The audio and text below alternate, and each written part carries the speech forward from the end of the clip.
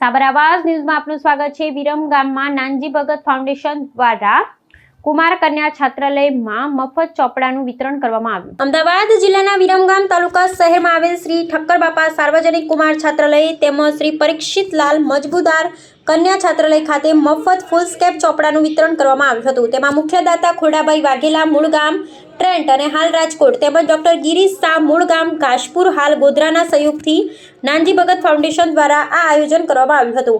દરેક કુમાર અને કન્યાઓને 7 ચોપડાનું વિતરણ કરવામાં આવ્યું હતું। સદર કાર્યક્રમના અધ્યક્ષસ્થાને કુબેરભાઈ નાનજીભાઈ સંસ્થાના પ્રમુખ અને મેનેજિંગ ટ્રસ્ટી તેમજ મુખ્ય મહેમાન તરીકે ભરતભાઈ શ્રીમાળી સંચાલક ઠક્કર બાપા કુમાર છાત્રાલય અને અતિથિ વિશેષ પદે ખોડાભાઈ વાઘેલા તેમજ doctor Girish Shah assistant professor SGGC Godhra દ્વારા કરવામાં આવ્યું હતું।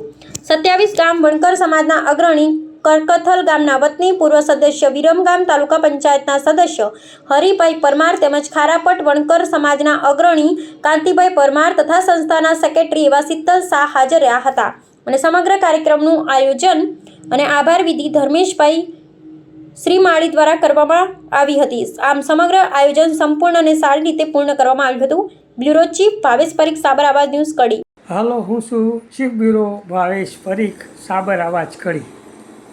આવો આપણે અમદાવાદ જિલ્લાના વિરમગામ શહેર તાલુકામાં આવેલ શ્રી ઠક્કર બાપા સાર્વજનિક કુમાર છાત્રાલય તેમજ શ્રી પરીક્ષિત મજબૂદાર કન્યા છાત્રાલય ને બાળાઓ અને બાળકોને ચોપડાનું વિતરણ જે કરવામાં આવ્યું હતું તેના કેટલાક અંશો નિહાળીએ।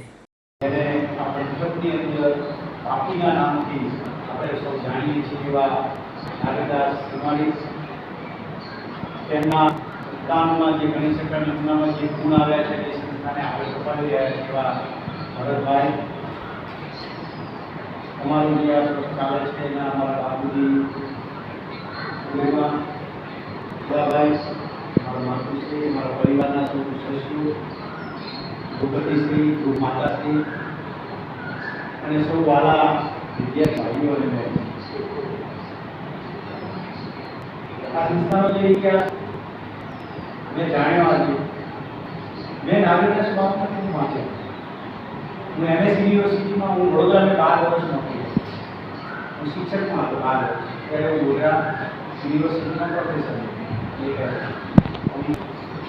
MS યુનિવર્સિટીમાં એક દિવસ જવાનું થયું, સાયન્સ ફેકલ્ટીમાં હું ગયો। સાયન્સ ફેકલ્ટીની સામે એક નાનકડું સર્કલ અને વર્ષો પહેલાં એ સર્કલનું ઉદ્ઘાટન કાર્યક્રમ આજે પણ એની તકતી છે।